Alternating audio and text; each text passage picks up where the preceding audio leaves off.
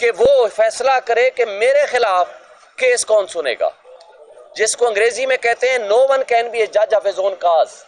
کیا ملزم کو یہ اختیار دیا جائے گا کہ وہ فیصلہ کرے کہ جناب میرے خلاف کون ہوگا جو اس کیس کا فیصلہ کر سکے؟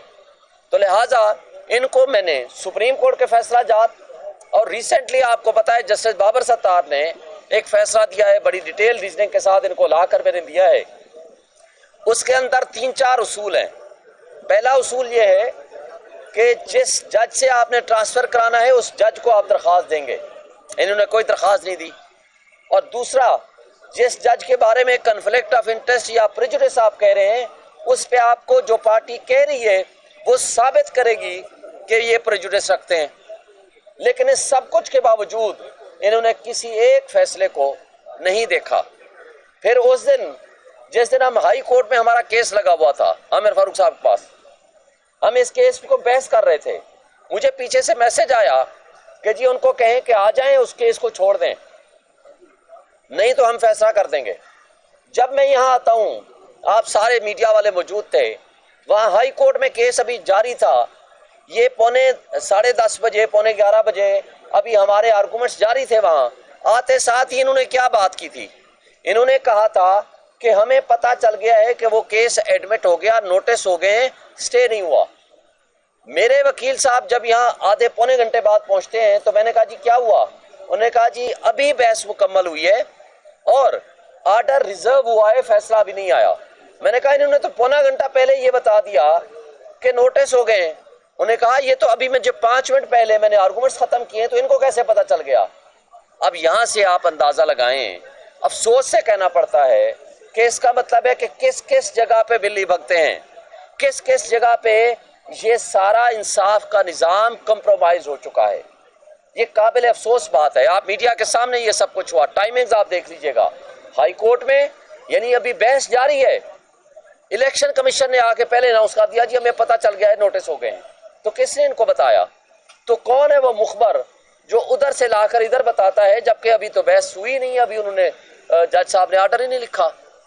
تو اس طرز عمل اور اس طریقے سے میں آپ کو ایک پیرا بتاتا ہوں کہ میری پٹیشن جو الیکشن کمیشن میں ہے اس کا ایک پیرا میں آپ کو پڑھ کے سناتا ہوں اور آپ کو بتاتا بھی ہوں کہ کس طریقے سے یہ میرا کیس سننے کے اہل ہی نہیں ہے،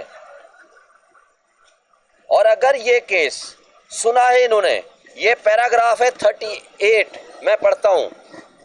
That the ECP respondent number 1 with the help of RO respondent number 2 and its staff and in connivance with respondent number 3، یہ طارق فضل ہے، indulge into corrupt and illegal practices as contemplated in chapter 10 of the Election Act 2017۔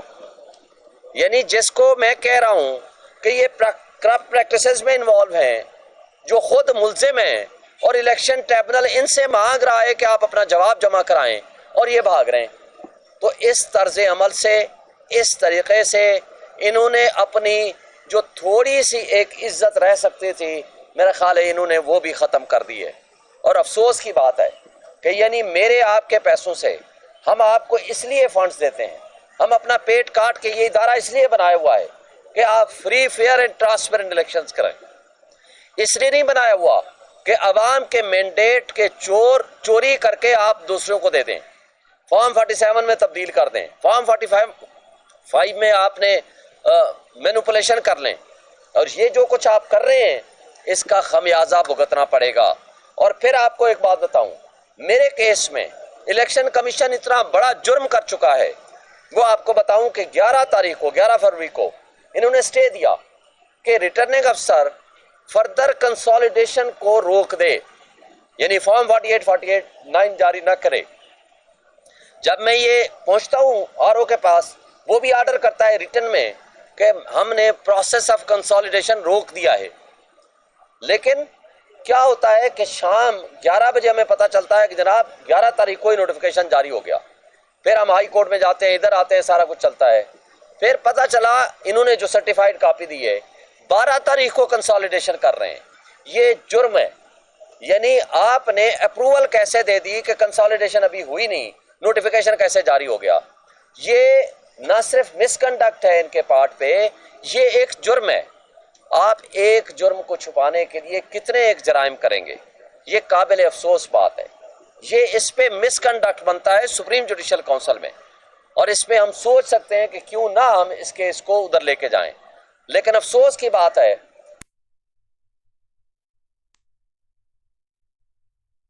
حملہ ہے، یہ high court کے chief justice کی powers کے اوپر بھی حملہ ہے، یہ عدالت کو ملائن کرنے کا مترادف ہے، اور ان کٹ پتلیوں کی اپلیکیشن کو ایکسیپٹ کرنا اس وقت سب سے بڑا، یہ جو انہوں نے پنڈورا باکس کھولا ہے، یہ نہ ختم ہونے والا سلسلہ ہوگا۔ اور وہ فارم 47 کی حکومت جو ایک بیساکھیوں میں بیٹھی ہوئی ہے، اس کے لیے اب سسٹین کرنا ممکن نہیں ہوگا۔ انشاءاللہ اس فیصلے کو ہم 3 بجے سے، میرا نمائندہ بیٹھا ہوا ہے، ابھی تک آرڈر، وہ کہتے ہیں جی فائلیں نہیں آئیں۔ کس سے پوچھنا ہے؟ کیا مزید مینوپولیشن کرنی ہے؟ اور کیا وہ جلدی تھی آپ کو اناؤنسمنٹ کی؟ اس لیے کہ کل صبح ہمارا کیس لگا ہوا ہے اور ان کو نوٹس ہوا ہوا ہے۔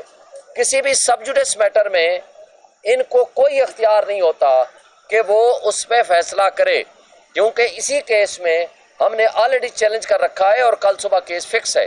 تو اس لیے انہوں نے یہ آرڈر کر دیا زبانی کلامی کہ کل ان کو جا کر بتائیں گے جی ہم نے تو آرڈر ہی کر چکے ہیں۔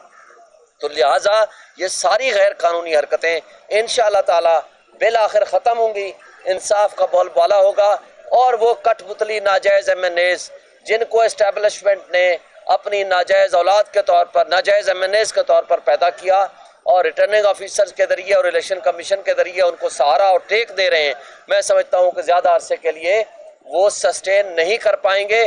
بالآخر ان کو آنا پڑے گا عدالت میں، افوام لانے پڑیں گے، اور اس کے بعد حق سچ کی فتح ہوگی انشاءاللہ۔ Thank you. السلام علیکم سر۔